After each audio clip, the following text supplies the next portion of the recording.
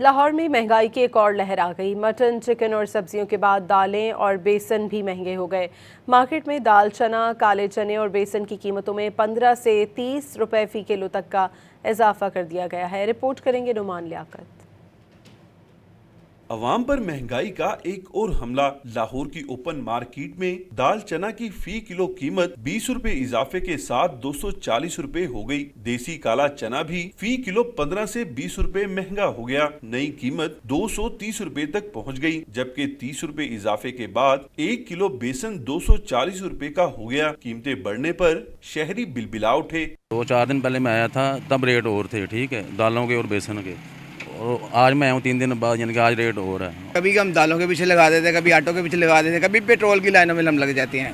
Petrol महंगा होता है, दालें बढ़ जाती हैं, किराए बढ़ जाते हैं, पेट्रोल सस्ता होता है, कुछ भी सस्ता नहीं होता। अब दालों के रेट गवर्नमेंट के कुछ हैं, दुकान पे जाते लेने वो 20-50 से ऊपर हो गई हैं दालें।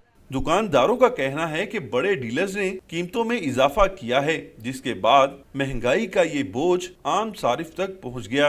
पहली के बाद एकदम इंटरनेशनल मार्केट में अजनास तेज़ हुआ। काला चना, क्योंकि काले चने की वजह से दाल चना भी तेज़ हो जाती है और बेसन भी तेज़ हो जाता है, क्योंकि 8 की आइटम है, 3 आइटमें बनाती है।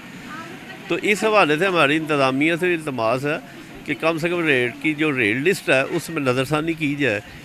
आम शहरी परेशान है कि दाल और बेसन की कीमतों में अचानक इजाफे ने इनकी मुश्किलात मजीद बढ़ा दी हैं। हुकूमत और इंतजामिया नोटिस ले और मुनाफाखोरों के खिलाफ कार्रवाई करे। कैमरामैन फारूक अहमद के साथ नुमान लियाकत, डॉन न्यूज़, लाहौर।